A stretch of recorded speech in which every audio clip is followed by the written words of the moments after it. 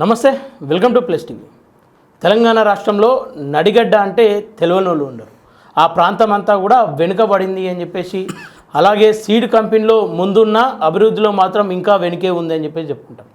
అదే ప్రాంతానికి చెందిన వ్యక్తి నడిగడ్డ పోరాట సమితి వ్యవస్థాపకులు రంజిత్ కుమార్ మనతో పాటు ఉన్నారు. ఒకసారి మాట్లాడే ప్రయత్నం చేద్దాం.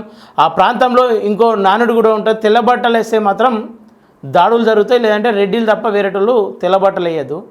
ఇక దాని అన్నిటిపైన ఒకసారి మాట్లాడే ప్రయత్నం చేద్దాం. మనతో పాటు రంజిత్ కుమార్ ఉండు. అన్న నమస్తే. అన్న నమస్తే. అన్న చెప్పండి, ముందల నడిగడ్డ ప్రాంతానికి చూసుకుంటే ఇంకా తెలంగాణలో గతంలో చెప్పుకుంటే దొరల పాలన, ఆ పాలనలో ఏదైతే మన గ్రామాల్లో ఉన్నటువంటి వ్యక్తులు చెప్పులు వేసుకోవద్దు, రెడ్డిలు ఇళ్ళ ముంగటికి వెళ్ళి తెల్లబట్టలు వేయద్దు, టక్ వేయద్దు, బూట్లు వేయద్దు, ఇట్లాంటి పరిస్థితులు మన తాతలు మన అమ్మలు కొంతవరకు చూసారు. అది మీ ప్రాంతంలో ఇంకా కూడా కొనసాగుతుంది అని చెప్పేసి ఒక నానుడు ఉంది. వాస్తవమేనది? వాస్తవమే, 100% వాస్తవమే. మన తాతల ముత్తాతల వరకు ఇప్పుడు ఉన్నటువంటి మొన్నటి దాకా ఉన్నటువంటి జనరేషన్ వరకు కూడా ఇప్పటిదాకా ఉన్నటువంటి జనరేషన్లో 70 ఏళ్ళ నుంచి ఆ ప్రాంతం లోపల మా ప్రాంతాన్ని నడిగడ్డ అని పిలుస్తారు. అంటే గద్వాల్ అండ్ అల్లంపూర్ రెండు వైపులో కూడా ఒకవైపు కృష్ణా నది, మరొక వైపు తుంగభద్ర నది పాడుతుంటుంది.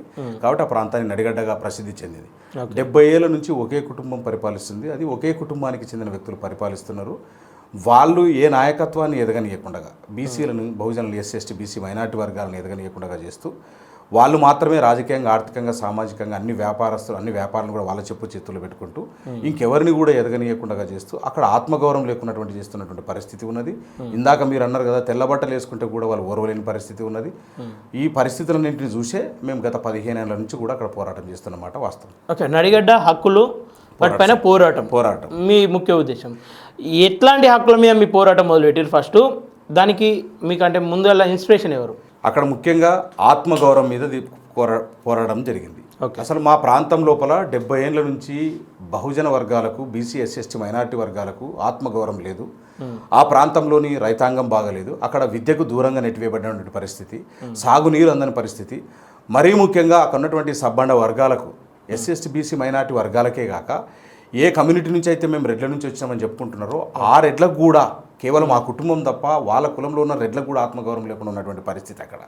కాబట్టి మేము అందరూ కూడా ఎవరికైతే ఆత్మగౌరవం లేదో ఆత్మగౌరవం కావాలి, మాకు విద్య కావాలి, మాకు ఉద్యోగాలు కావాలి, మాకు ఉపాధి కావాలి అని చెప్పేసి ఈ మూట పైన మేము నడిగడ్డ హక్కుల పోరాట సమితి ఏర్పాటు చేసి అక్కడ ఉన్నటువంటి కష్టాలను, అక్కడ ఉన్నటువంటి నష్టాలను ఒక రైతు బిడ్డగా, మా దేశంలోనే అత్యంత వెనుకబడినటువంటి మండలం గట్టు మండలం నుంచి వచ్చినటువంటి వ్యక్తిగా, చదువుకున్నటువంటి వ్యక్తిగా, ఉస్మానియా యూనివర్సిటీ విద్యార్థిగా వీటన్నింటిని కూడా గమనించి అక్కడ పోరాటం మొదలుపెట్టినాం.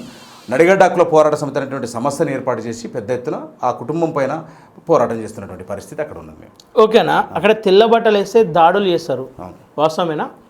దాడులు చేయడం అనే దానికన్నా సహించరు. అంటే ఒక గ్రామం లోపల ఎవరైనా బీసీలు కావచ్చు, ఎస్సీలు కావచ్చు, ఎస్టీలు కావచ్చు, మైనారిటీలు కావచ్చు, అట్టడుగు వర్గానికి చెందినటువంటి వ్యక్తి తెల్లబట్టలు వేసుకొని పల్లెటూరు నుంచి పట్టణంకి, గద్వాల పట్టణానికి బయలుదేరితే కూడా ఏంద్రో ఎల్లగాడు ఎందుకో తెల్లగా తయారయ్యాడు, పుల్ల ఎందుకో తెల్లగా తయారయ్యాడు, వాడిని ఎందుకో ఈ మధ్య ఎక్కువైందని చెప్పేసి, అంటే వాడు ఆర్థికంగా బలపడుతున్నాడు, తెల్లంగా వేసుకుంటున్నా అంటే వాడు పట్టణం పోతున్నా అంటే వాడు రాజకీయ చైతన్యం తెచ్చుకుంటాడు. కాబట్టి ఇక్కడ ఉన్నటువంటి వాడిని ఊర్లోనే పెట్టాలంటే గెట్టు పంచాయతీ పెట్టాలా, గెట్ల పంచాయతీలు పెట్టి అన్నదమ్ముల మధ్య కొట్లాటలు పెట్టాలా, పోలీస్ స్టేషన్ల చుట్టూ తిప్పాలా, ఆర్థికంగా బలహీనపరచాలా, ఏదో ఒక రకంగా ఈరోజు తెల్లంగా వేసుకుని వాడు పట్టణం పోయి రాజకీయంగా చైతన్యమైన నాడు రేపు మమ్మల్ని ప్రశ్నిస్తాడనే ఉద్దేశం ఉంటుంది. కాబట్టి అట్లా ఓర్వ లేకుండా, వాళ్ళని సహించకుండా ఎక్కడికెక్కడ అనగదొక్కుతున్నటువంటి పరిస్థితి.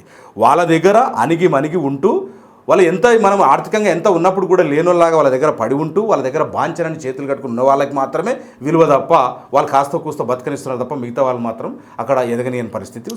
ఇక్కడ వాళ్ళు అంటే ఎవరు? బంగ్లా అంటారు మా దగ్గర.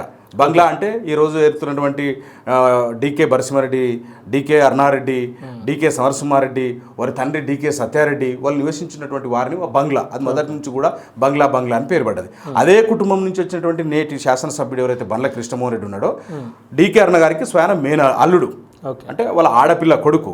కాబట్టి ఇప్పుడు అదే లక్షణాలు పునికి పుచ్చుకొని ఒకవైపు బంగ్లా, మరొక వైపు బంగ్లా. ఎందుకోసం అంటే మీరు శాసనసభలో కూడా ఎప్పుడు ప్రస్తావిస్తే ఇదేమైనా బంగ్లా అనుకున్నారని చెప్పేసి మొన్న కూడా కేటీఆర్ గారు కూడా ఒకసారి వాళ్ళ అధికారంలో ఉన్నప్పుడు మాట్లాడినారు. కాబట్టి అక్కడ ఉన్నటువంటి పరిస్థితి అంటే ఎట్లా మీరు ఎంత రాజరికపు అలవాట్లు ఉన్నాయో ఆ పదాల ద్వారానే మీకు అర్థమవుతుంది. కాబట్టి అక్కడ అమ్మని, ఆయనని బాస్ అని సంబోధించాల్సిన పరిస్థితి అక్కడ. ఎవరైనా కూడా సరే మర్యాదపూర్వకంగా ఒక రకంగా ఉంటుంది, కానీ మేమే ఎక్కువ అనే అహంకారపూరిత వైఖరితో వాళ్ళని బాస్ అని చెప్పేసి అమ్మ అని చెప్పేసి రకరకాలుగా సంబోధిస్తూ వారు నివసించే దాన్ని ఇల్లుని బంగ్లాని సంబోధిస్తూ, అంటే దానికి ఒక రాచరిక వ్యవస్థకు దానికి మనం ఒక నమూనాగా చూడొచ్చు అనమాట. అక్కడ అట్లాంటి పరిస్థితి ఉన్నది, వాళ్ళని బంగ్లా అని అంటున్నాం మేము. ఓకే, మీరు తెల్లబట్టలు వేసుకొని వచ్చారు. మీరు తెల్లబట్టలు వేసినప్పుడు మీరు ఎదుర్కొన్న సమస్య ఏంది? మొదటి నుంచి మేము చదువుకున్నప్పటి నుంచి ప్రశ్నించే వాళ్ళు మాలాంటి వాళ్ళని ఏమనకపోయినా ఎక్కడ దొరుకుతారా, ఎక్కడ వీళ్ళని ఇబ్బంది పెడదామా, ఏ రకంగా వీళ్ళు ఎక్కడ తప్పు చేస్తే పట్టుకుందామా, లేకపోతే మాలాగా వేసుకుంటే మా మీద అనేక రకాలుగా నిందలు మోపడం, లేకుంటే ఏదో అవినీతిపరుడు అని చెప్పేసి మరకలంటించడం, లేకపోతే ఇంకోరితో మా మనిషి అని ప్రచారం చేసుకోవడం. అక్కడ ఎవరు రాజకీయం చేసినా మా ప్రాంతంలో ఎట్లా అలవాటు చేసినారంటే, ఆ 2 కుటుంబాలను కాకుండా మూడో వ్యక్తి ఎవరు రాజకీయం చేసినా కూడా ఆ వ్యక్తి మా మనిషే, మేమే పెంచి పోషిస్తున్నామనే కలరింగ్ ఇచ్చుకొని ప్రజల్లోకి ఆ తప్పు సంకేతాలు పంపించి ప్రజల లోపల కూడా ఒక నమ్మకం రాకుండా చేసినటువంటి పరిస్థితి క్రియేట్ చేస్తారు అక్కడ. కాబట్టి రంజిత్ కుమార్ కూడా బాధలు పడ్డాడు. రంజిత్ కుమార్ ఎదుగుతూ రంజిత్ కుమార్ నడిగడ్డ హక్కుల పోరాట సమితి పెడుతూ 70 ఏళ్ళ వాళ్ళ కుటుంబ పాలనని ప్రశ్నిస్తూ అక్కడ ఉన్నటువంటి ప్రజలని చైతన్యం చేస్తున్నటువంటి సందర్భంలో నా పైన కూడా అనేక రకాలుగా అవాకులు పేలినారు, అనేక రకాలుగా చవాకులు పేలినారు, అనేక రకాల ఇబ్బందులు పెట్టినారు, కేసులతో ఇబ్బందులు పెట్టినారు. నా పైన 14-15 కేసులు పెట్టినారు. మా ఇంటి పైన దాడి చేసినారు, మా ఆఫీస్ పైన దాడి చేసినారు. ఎక్కడ రాజకీయంగా ఎదుగుతాడో, ఎక్కడ ఈ కింది వర్గాలను చైతన్యం చేస్తాడో అనేక రకాలుగా కుట్రలు పండుతున్నటువంటి